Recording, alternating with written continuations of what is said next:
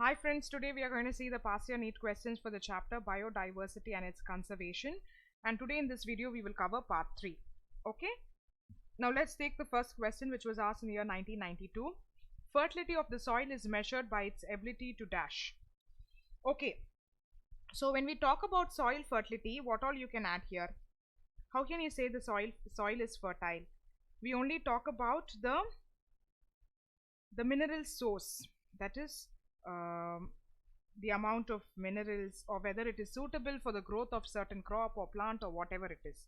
Soil fertility refers to the ability of the soil to sustain its agricultural plant growth, that is, it provides a plant habitat and result in sustained and consistent yield of high quality. Okay, so this we will say it as soil fertility. So fertility of the soil is measured in terms of how it has the ability to support life. Okay, so other thing that you can talk about here is what makes a soil fertile. A fertile soil will contain all the major nutrients in basic plant nutrition, that is, what all it will have. It will have nitrogen, it will have phosphorus, it will have magnesium, it will have sulfur, iron, then it will have zinc, and all these minerals will be present in amount which is required to support the growth of a plant, that is life. Therefore, the right answer to this question is option D, support life. Next question here. Petroleum is a dash. Is it a renewable resource? No. Petroleum is a non-renewable resource because they are attained by burning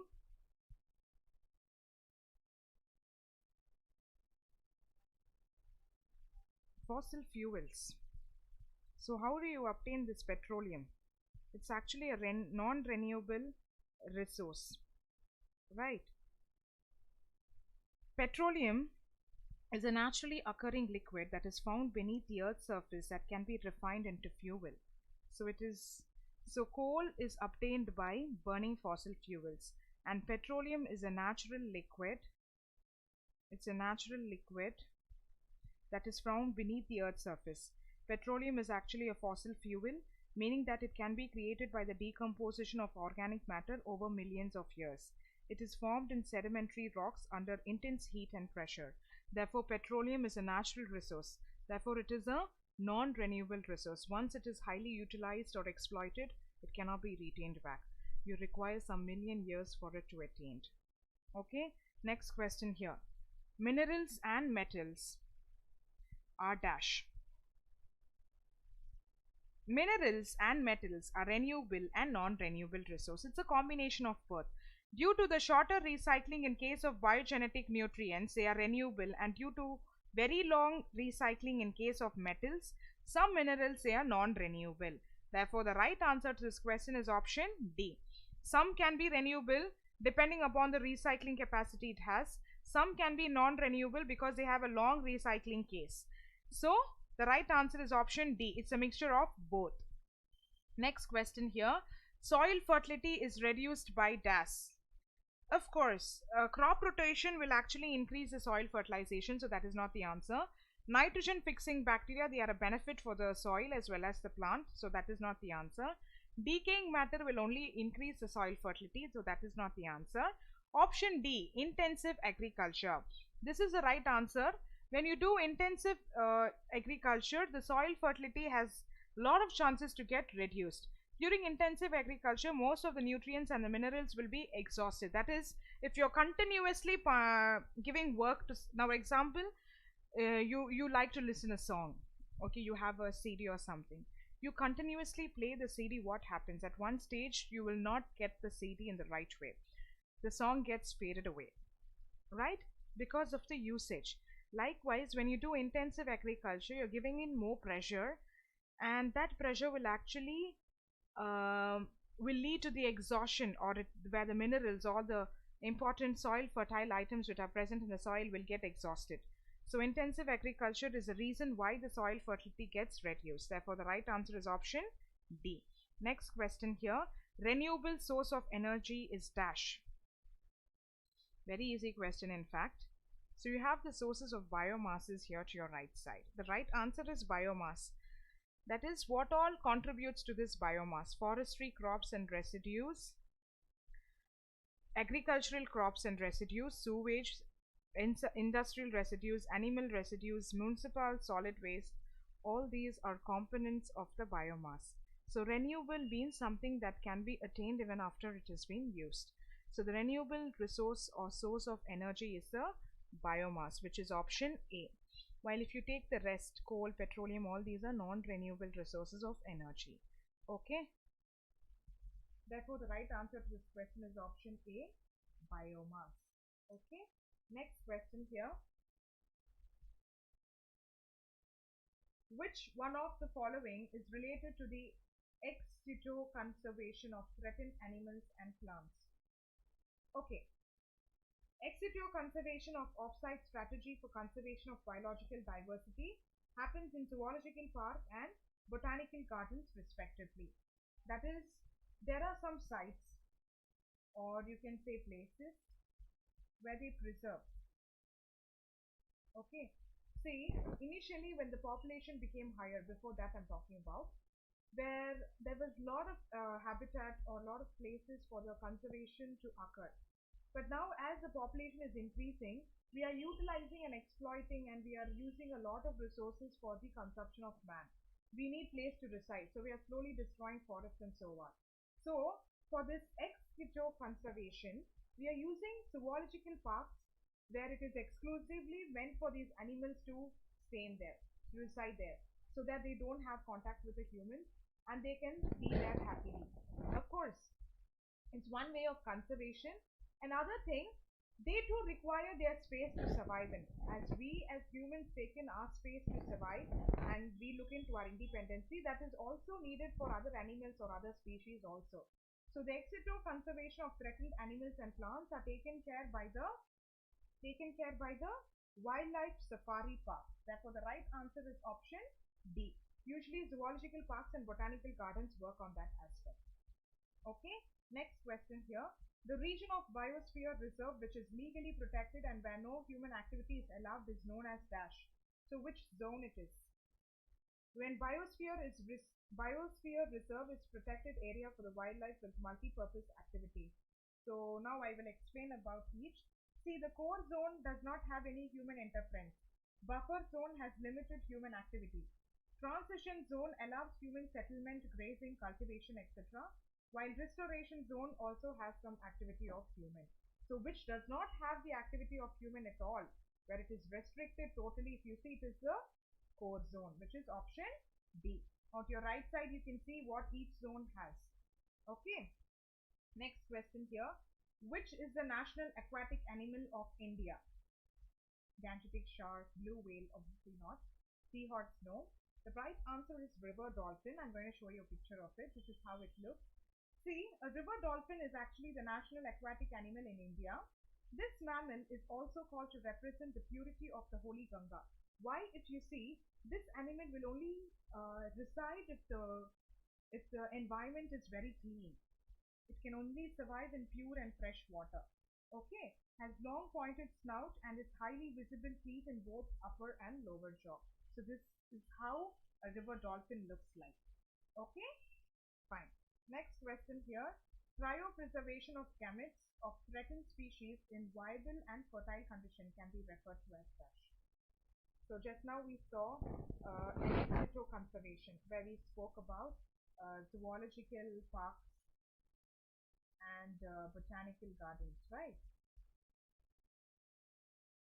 So what are these places actually? What do they do is, if they have some species which are endangered or when they are physically going into extinct and all that, they take in their samples, they try to preserve them, extra care is given to them, and they are preserved. So the same here, cryopreservation of the gametes of threatened species in viable and fertile condition can be referred to as advanced ex situ conservation of biodiversity.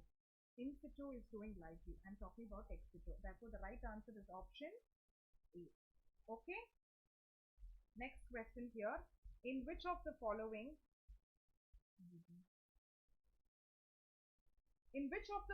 both pairs have correct combination?